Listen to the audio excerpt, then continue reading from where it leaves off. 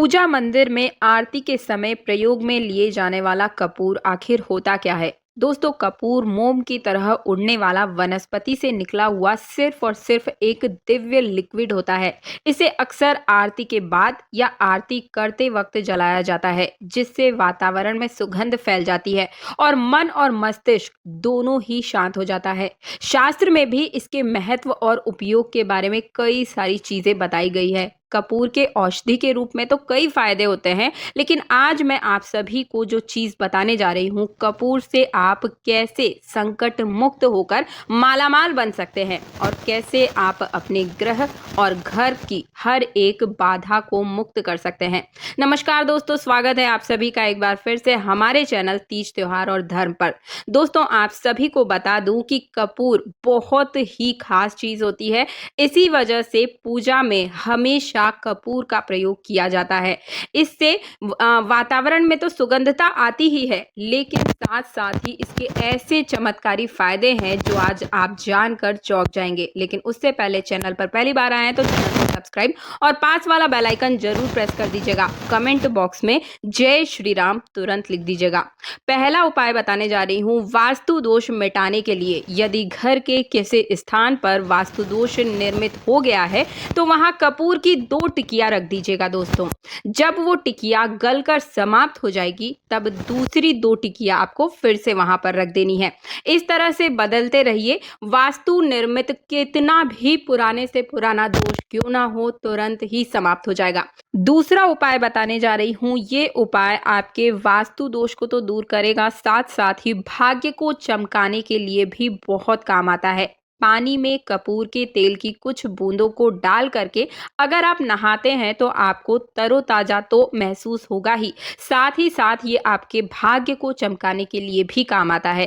कई बार ऐसा होता है कि हमारा मन बहुत दुखी रहता है, नकारात्मक चीजें हावी होती है, किसी भी कार्य के बारे में हम सोच ही नहीं पाते हैं, नई चीजों के संबंध में हमारा दिमाग काम नहीं कर पाता है, हर किसी कार्य के प्रति हमारे मन में ऐसा फील होता है हमको कि हम ये काम नहीं कर पाएंगे, हमसे नहीं हो पाएगा।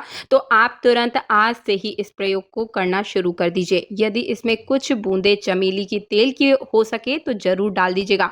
इससे क्या होता है, इससे राहु, केतु और शनि का जो दोष है वो तुरंत ही समाप्त हो जाता है। लेकिन ऐसा आपको कब करना है, तो शनिवार के दिन ही आपको करना है। तीसरा उपाय बता रही हूं, ध्यान से सुनिएगा। पुण्य पाने के लिए कपूर जलाने की परंपरा प्राचीन समय से चली आ रही है। दोस्तों, शास्त्रों के अनुसार देवी देवताओं के सामने कपूर जलाने से अक्षय पुण्य की प्राप्ति होती है। इसलिए हर दिन सुबह और शाम के समय घर में संध्या वंदन के समय कपूर जरूर जलाया कीजिए। इससे आपके परिवार के बच्चे बूढ़े से लेकर हर एक व्यक्ति में सकारात्मक सोच का निर्माण होता है। घर से कलह दूर होता है, नकारात्मकताएं दूर हो जाती है, हर कोई मन से प्रसन्नचित्त रहता है, घर में एक हंसी खुशी का माहौल बना रहता है। चौथा उपाय बता रही हूं, ध्यान से सुने। पितृदोष और काल सर्प दोष मुक्ति के लिए ये उपाय है। कपूर जलाने से देव दोष और पितृदोष का शमन होता है। अक्सर लोग शिकायत करते हैं कि हमें शायद पितृदोष या फिर काल सर्प दोष हो गया है। दरअसल ये राहु और केतु का प्रभाव मात्र होता है। दोस्तों, इसको दूर करने के लिए, घर के वास्तु को ठीक करने के लिए, यदि ऐसा ना कर सकते हैं तो फिर आपको दिन में हर दिन सुबह या फिर शाम के समय में या फिर रात में या फिर दिन के तीनों पहर जब आपको समय मिले, घी में भिगो करके कपूर को जलाना चाहिए। घर के शौचालय या फिर बाथरूम में कपूर की 2-2 टिकिया रख देनी चाहिए। बस इतना उपाय अगर आपने कर लिया तो काफी है आपके लिए। आपका हर प्रकार का दोष दूर हो जाएगा। आकस्मिक घटना या दुर्घटना से बचने के लिए, आकस्मिक घटनाएं हो जाती है और इससे हम बचना चाहते हैं, मन में भय बना रहता है कि कहीं कोई दुर्घटना का शिकार हम ना हो जाएं या हमारे परिवार का कोई सदस्य ना हो जाए, या राहु, केतु और शनि के कारण किसी प्रकार का गलत प्रभाव ना पड़े, तो इसके लिए भी यही उपाय काम करेंगे।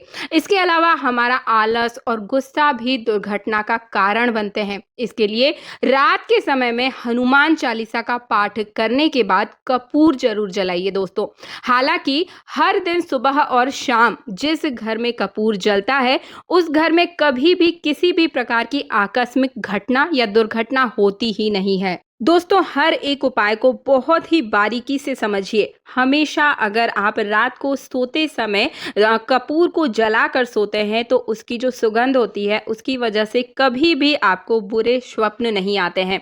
अगला उपाय बताने जा रही हूँ, इसे भी बहुत ध्यान से सुनिए क्योंकि ये जो उपाय है वो धन प्राप्ति के लिए है। दोस्तों, मैं जो भी उपाय बता रही हूँ, अगर आपके मन में कोई संदेह है तो मुझे कमेंट बॉक्स में ज़रूर पूछ लीजिएगा, और अगर नहीं है तो जय श्री राम अभी तक नहीं लिखा है तो तुरंत लिख दीजिए। अगर आप एक सच्चे सनातनी हैं तो आप कमेंट बॉक्स में जय श्री राम जरूर लिखिए। दोस्तों, आपका 2 मिनट का समय लगेगा, लेकिन हमें ये समझ आ जाएगा कि हमारे द्वारा दी गई जानकारी आपको समझ में आ रही है, संतुष्टि मिल रही है। आपकी संतुष्टि ही हमारे लिए सबसे बड़ी मूल्यवान चीज है। चैनल को सब्सक्राइब अवश्य कर दीजिएगा। छठा उपाय बता रही हूँ धन प्राप्ति के लिए, ध्यान से सुनिए। गुलाब के फूल में कपूर का टुकड़ा रख दीजिएगा दोस्तों, ठीक है। ये उपाय आपको कब करना है? शाम के समय में वो जो गुलाब का फूल होता है इसके अंदर एक कपूर जला देते हैं और फूल को देवी दुर्गा के चरणों में रख देते हैं, तो इससे आपको अचानक धन मिल जाता है। आपको बात समझ में आई?